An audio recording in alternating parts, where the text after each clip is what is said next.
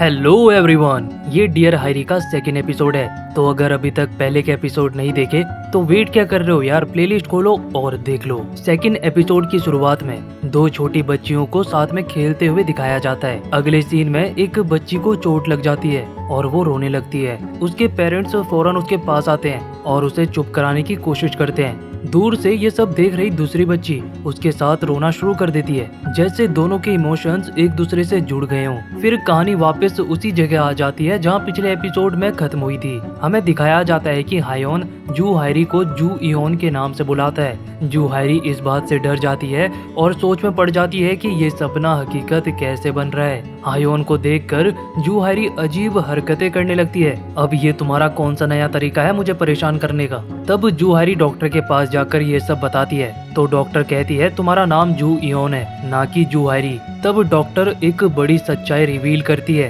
तुम्हें dual personality disorder है। इस बीमारी में इंसान अपने आप को दो अलग अलग इंसानों के रूप में समझने लगता है। ये सुनकर जू हायरी घर आती है और अपनी डायरी में लिखती है कि मुझे एक बीमारी है और साथ में ये भी लिखती है मेरा नाम जू इयोन है। फिर वो सो जाती है, ये सोचकर कि जब वो उठेगी तो सब कुछ ठीक हो जाएगा। अगले दिन जू हायरी जू इयोन बनकर उठती है और तब हमें पता चलता है कि डॉक्टर सही कह रही थी। जू इयोन अपने ऑफिस जाती है। ऑफिस में हायोन उसके पास आता है और कहता है कल तुमने मुझे डरा दिया जब तुमने कहा कि तुम जू हायरी हो, ना कि जू इयोन, और तुमने अपना क्या हाल बना रखा था। जू इयोन इस बात पर ज्यादा कुछ नहीं कहती और चुपचाप वहाँ से चली जाती है। फिर जू इयोन अपने काम पर लग जाती है और मुंजी के साथ एंकरिंग कर रही होती है, लेकिन मुंजी उससे बात नहीं कर रहा होता। इसका कारण ये होता है कि जब मुंजी ने पिछले दिन जू इयोन को किस किया था तब जू इयोन ने मना कर दिया था और कहा था मैं ये नहीं कर सकती।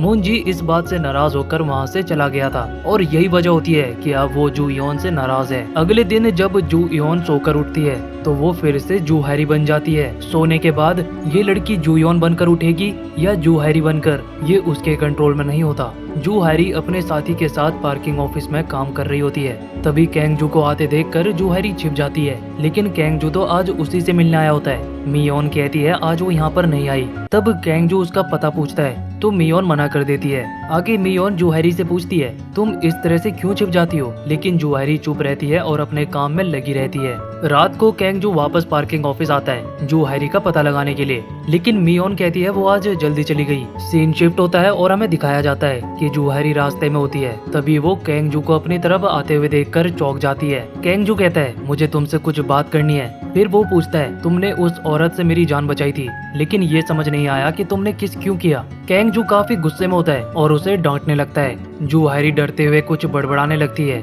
लेकिन फिर उसकी नजर कैंगजू पर अटक जाती है।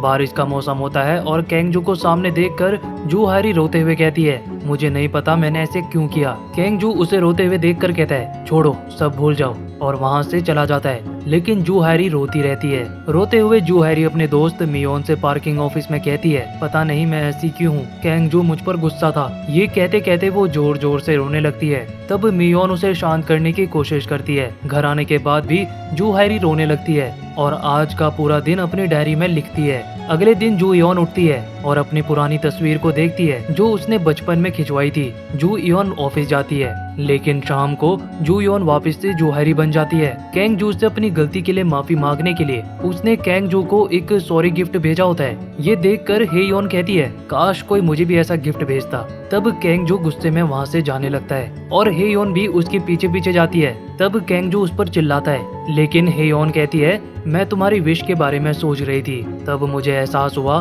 कि तुम्हारे अंदर बहुत तकलीफ है, तुम अपना मन हल्का करने के लिए मुझ पर गुस्सा कर सकते हो।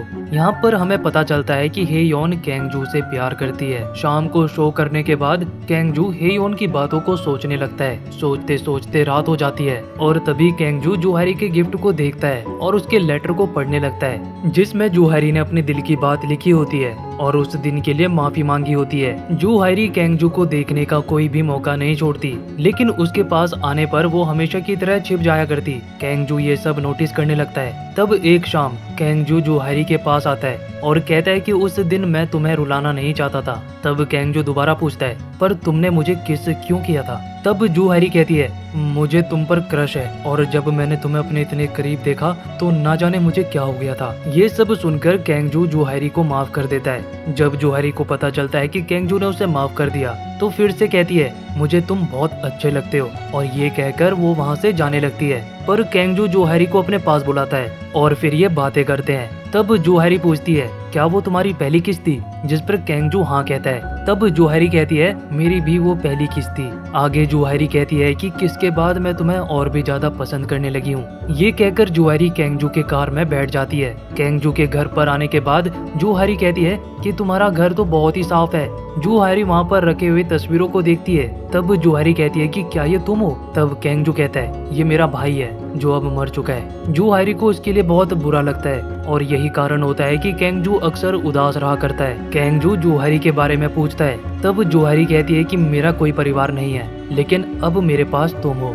ये सुनकर कैंगजू को अच्छा लगता है और वो मुस्कुराने लगता है। कैंगजू को पहली बार मुस्कुराते हुए देखकर जू हैरी उसके पास जाती है और कहती है कि मैंने पहले तुम्हें कभी भी मुस्कुराते हुए नहीं देखा। कैंगजू को जू हैरी को देखकर ऐसा लगता है कि वो दोनों एक ही जैसे हैं। दोनों का इस दुनिया में कोई भी नहीं है। कैंगजू की मॉम है लेकिन वो अपनी दूसरे बेटे की मौत के कारण पागल हो चुकी है। कैंगजू जू हैरी से कहता है कि क्या आज तुम मेरे साथ रह सकती हो। जिसके बाद ये साथ में एक दूसरे से बातें करने लगते हैं। जिसके बाद वो कैंगजू से बहुत से सवाल करने लगती है। रात को जू हैरी की आंख खुलती है लेकिन अब ये जू इयोन बन चुकी है। जू इयोन हैरान होती है और सब कुछ समझने की कोशिश करती है कि वो इस वक्त कहाँ पर है। जू इयोन उस जगह को देखने लगती है। तब वो उस कमरे के बाहर एक अनजान आदमी को सोया हुआ देखती है और जब जू इयोन वहाँ से जाने लगती है तो कैंगजू का आईडी कार्ड देख लेती है। तब जू इयोन वहाँ से छुपते हुए निकल जाती है। अगले दिन ऑफिस में जू इयोन कैंगजू के बारे में गूगल करती है जबकि दूसरी ओर हायोन और उसकी टीम जू इयोन की डॉक्यूमेंट्री देखती है जिसका काफी अच्छा रिस्पांस मिलता है और हायोन इस बात से खुश होकर इसी तरह के और भी प्रोजेक्ट जू इयोन को देने के लिए कहता है। पर उसकी टीम उसके इस डिसीजन से खुश नहीं दिखती। उन्हें डर होता है कि उनका शो फ्लॉप ना हो जाए। लेकिन हायोन को जू इयोन पर भरोसा होता है कि वो आगे के प्रोजेक्ट भी अच्छे से करेगी। लेकिन सुयोंग को लगता है कि हायोन जू इयोन को ये प्रोजेक्ट इसीलिए दे रहा है क्योंकि वो जू इयोन से अब भी प्यार करता है। जू इयोन का दिमाग इस बात से खराब हो रहा होता है कि वो कैंगजू के घर कैसे गई। तब वहीं पर सुयोंग राइटर के साथ आती है और कहती है इस वीकेंड तुम्हें एक और प्रोजेक्ट करना है। प्रोजेक्ट का नाम सुनकर पहले तो जू इयोन मना करने लगती है लेकिन जब पता चलता है कि इस प्रोजेक्ट में उसे पूरे 10 मिनट टीवी पर आने का मौका मिलेगा तो बिना प्रोजेक्ट के बारे में जाने वो हाँ कह देती है। शाम को जू इयोन को बताया जाता है कि उन्हें एक बोट पर जाकर मछलियों पर एक डॉक्यूमेंट्री बनानी है और वो उसे बहुत सी बातें बताते हैं। अब हमें जू इयोन बोट के अंदर दिखाई जाती है। बोट के अंदर जू इयोन एक डेड बॉडी को देखती है जिसे देखकर वो काफी घबरा जाती है। ऐसा लगता है जैसे किसी ने इस इंसान को मारकर डेड बॉडी को बोट में डाल दिया हो।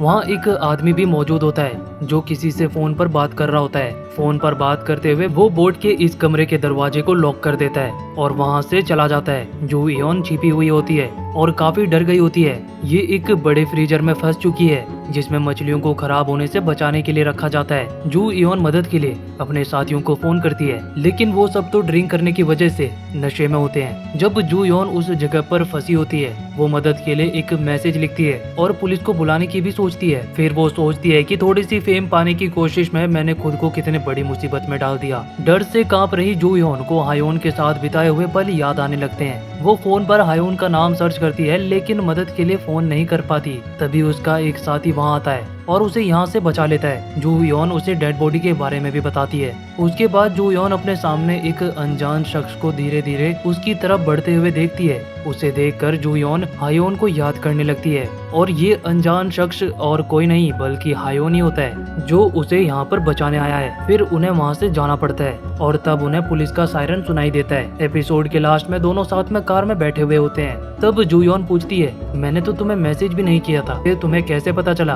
कि मैं मुसीबत में हूँ। इसी के साथ डियर हायरी का सेकंड एपिसोड खत्म हो जाता है। तो आगे क्या होने वाला है, आखिर ये जू हायरी और जू इयोन का क्या कनेक्शन है और वो फोटो वाली लड़की कौन थी, ये सब जानने के लिए आपको देखना होगा इसका अगला एपिसोड। तो अगर आपको ये एक्सप्लेनेशन अच्छी लगी तो लाइक करो, शेयर करो और हाँ, चैनल को सब्सक्राइब करना मत भूलना। मिलते हैं इसके अगले एपिसोड में।